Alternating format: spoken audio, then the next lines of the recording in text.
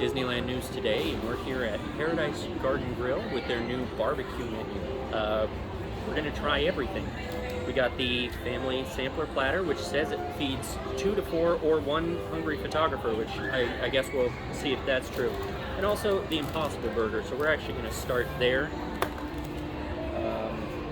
They gave me entirely too many forks because this is supposed to be a meal for like 5 people, but it's just me. So the Impossible Burger comes with plant-based potato salad. It's good, it's tart, it's spicy, it's got onions. Yeah, it's good. There's nothing to write home about, but you know. Now, the Impossible Burger, everything comes with onions and pickles too. Not sure why. The Impossible plant-based burger, probably let it sit a little too long while I took too many pictures, but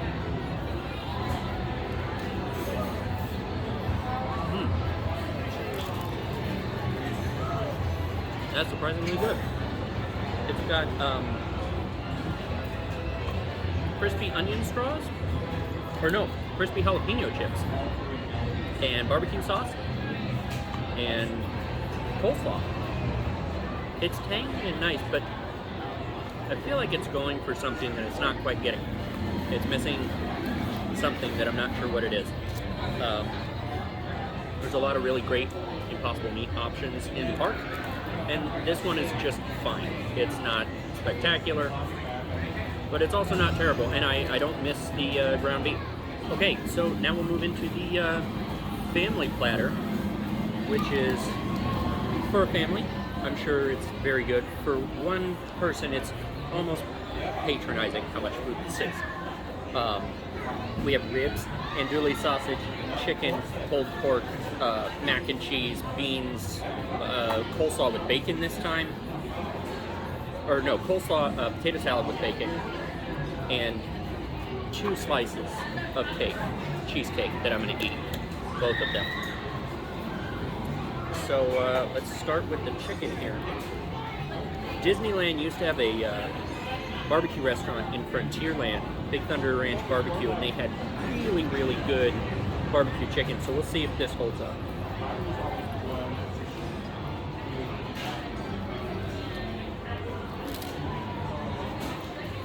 Okay, here we go.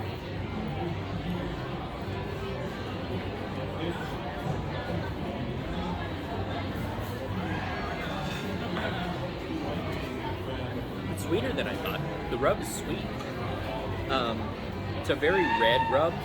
It's very, very red. Lots of paprika. It's got a little bit of a kick to it.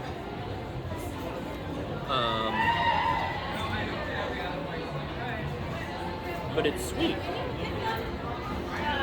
There's like a little bit of sugar in the rub.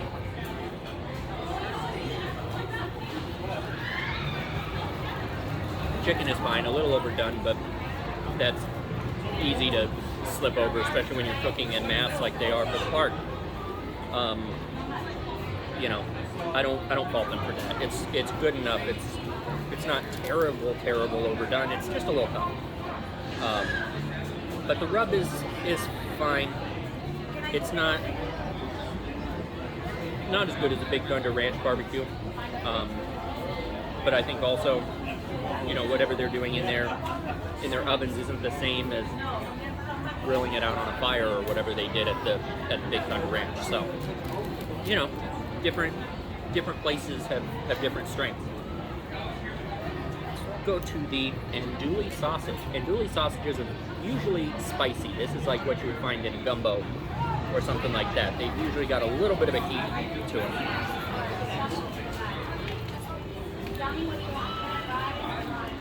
Let me just find out again. These are good. Yeah.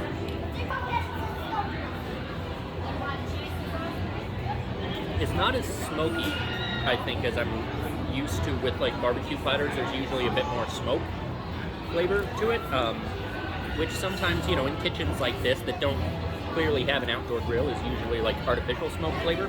This doesn't have any of that. So I guess if my choices are the artificial smoke or nothing, I'd rather have the nothing, but you know, food like this is always better done over a fire in a barbecue. But for what it is, for being out of a kitchen, this is pretty good. I'm enjoying this.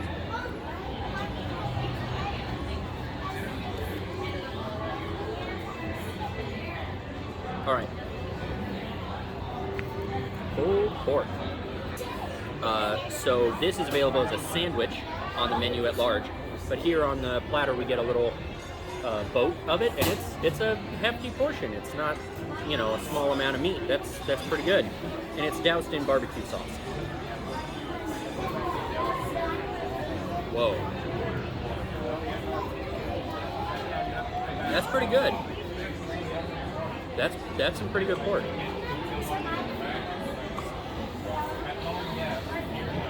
The barbecue sauce is very vinegar based. It's very apple cider vinegar, which kind of gives a fruity, sweet characteristic to it, which works well with pork. I've always liked apple cider vinegar sauces with pork rather than like the thicker, sweeter molasses barbecue sauces. This I think is a little bit better because the pork is already so thick and juicy that you need a little bit of acidity to cut through all that.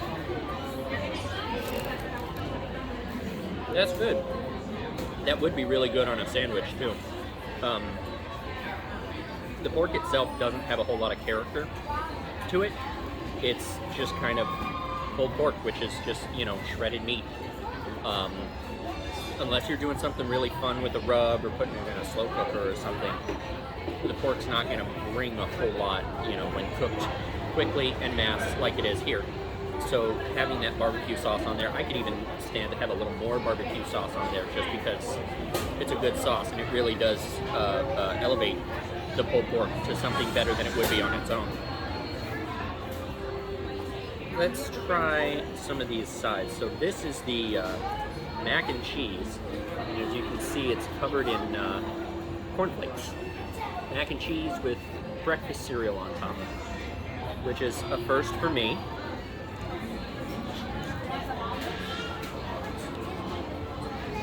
Wow. Uh-oh. That's really good. That's really good. Poblano Mac and Cheese. The poblanos come through really well. Not as a spicy flavor, but very pepper forward. It does taste like a poblano pepper, which is usually what you find in like chili rellenos or something, because they bring that pepper flavor without a whole lot of the heat. It's not like having a jalapeno in there, so you don't really have to be afraid of any kind of spice with this. Boy, that's good. You can even see, yeah, there are chunks of poblano pepper in there, so it's not just, you know, a seasoning. It's poblanos stewed in with the mac and cheese.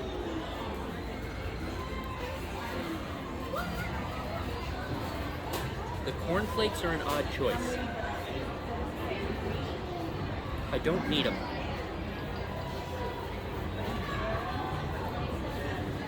I mean, they're there, and the mac and cheese is good. Yeah, I don't need the cornflakes. But I don't think it necessarily detracts from it. It's just unnecessary.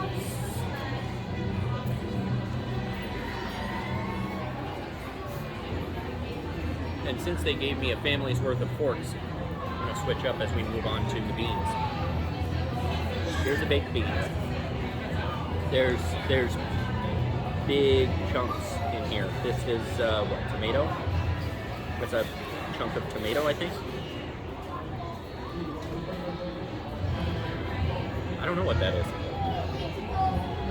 Oh, nope. That is pork. That is pork fat. Yeah, that's like a piece of pork skin. Yep. So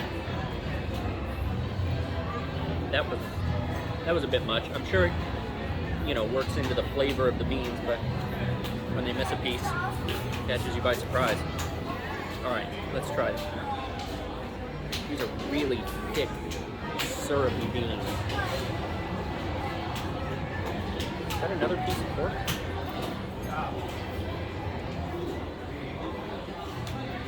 Oh, that's meat, so that's all right. Huh. These are sweeter than I would expect as well.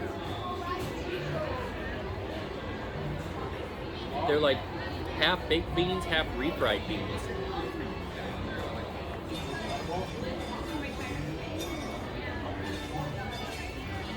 I've never had anything like this before. This really is like 3 kinds of beans. There's black beans, there's pinto beans, and I think it's refried beans, which is making up the consistency of this here. It's like a 3-bean baked bean.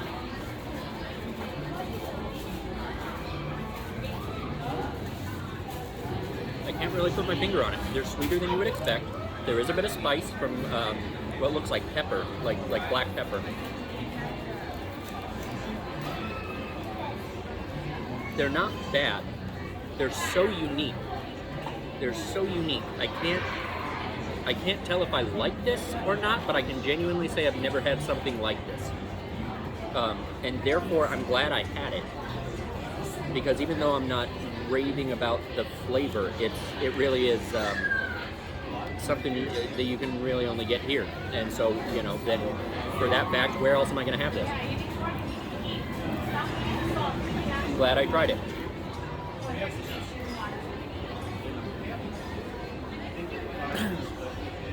All right. Potato salad next. This is the not plant-based potato salad. And you can kind of see as we have them right next to each other. We have the bacon potato salad and the plant-based potato salad. They do have slightly different colors, so there is a difference. Even though they're both, you know, potato salad, they do look different. This one, as I understand, has bacon in it. So,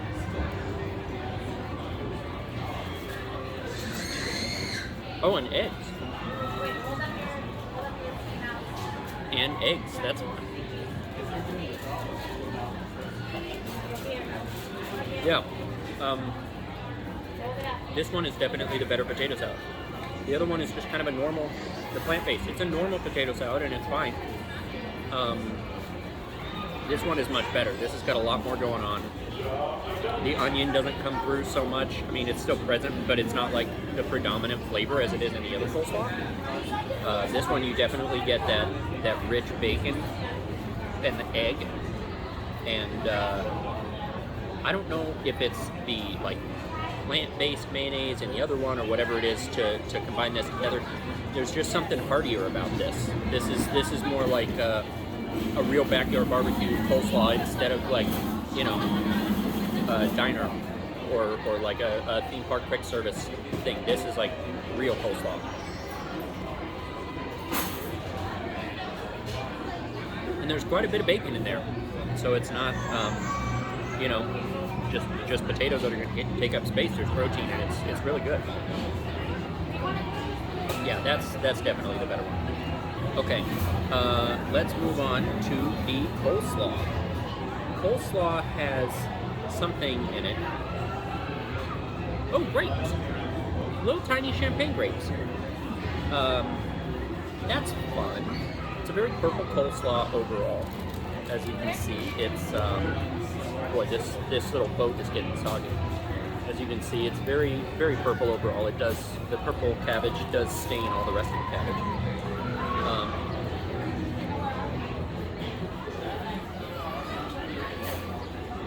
The grapes are fun. It's more than just a coleslaw. It's got a little bit of fruit juice flavor to it because of the grapes.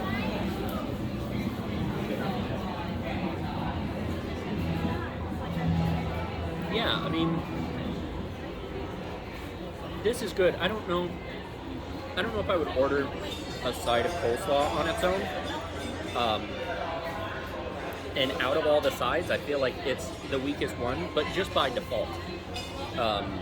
You know, I would definitely order a giant bowl of this mac and cheese, and the potato salad too. I mean, that's a nice solid side dish, and this is just kind of coleslaw. It's got a little bit of fun character to it with the grapes, but overall it's just coleslaw. So cornbread. gave us 2 pieces of cornbread here. That is good looking cornbread. It's got chilies in it, very light and fluffy like that. I think there's cheese in there too. It looks like there's cheese melting in there. Cornbread's one of my favorite foods, so I'm going to be very picky about it.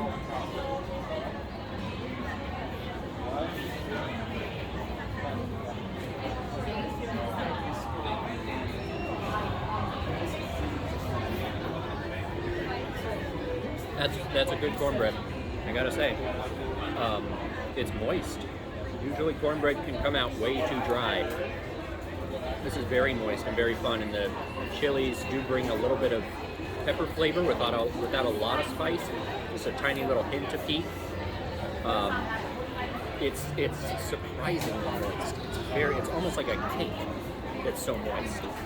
And we got 2 pieces. I got the crispy corner end piece.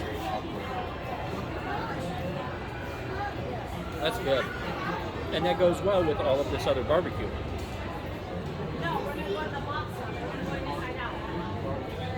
All right.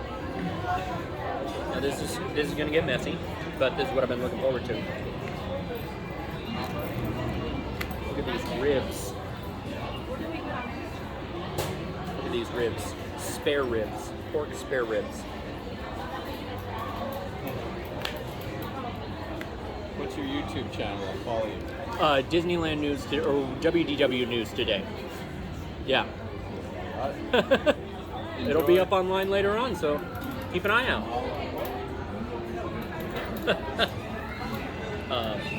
So,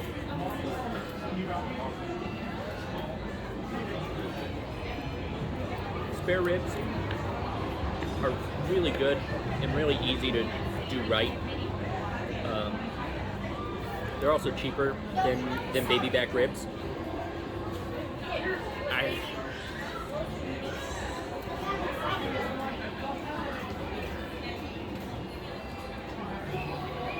They're okay. Yeah, they're only okay. Overall, the meats on the plate are good enough, but the sides are really what's helping. That won't pop back.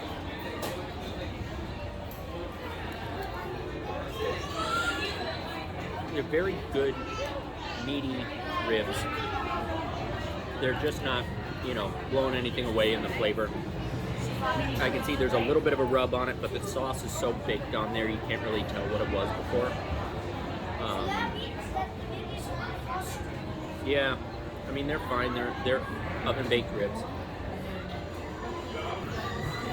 All right. Now that I've got the meat sweats going on, time to move on to the cake. So we have a cherry cheesecake here. They gave us 2 slices, which I guess is good for a family, or if you have, 2 to 4 people. So let's, oh. That's like cheesecake whipped cream. Look at this. It just peels apart. Like it has no integrity as a cake as itself. It really is so light and fluffy. Wow. I see why they gave me 2 pieces, because I'm gonna fly through this one pretty fast. All right, well, that's the new menu at Paradise Garden Grill. Thanks for joining us. Make sure you subscribe for any more reviews we have like this. Thanks.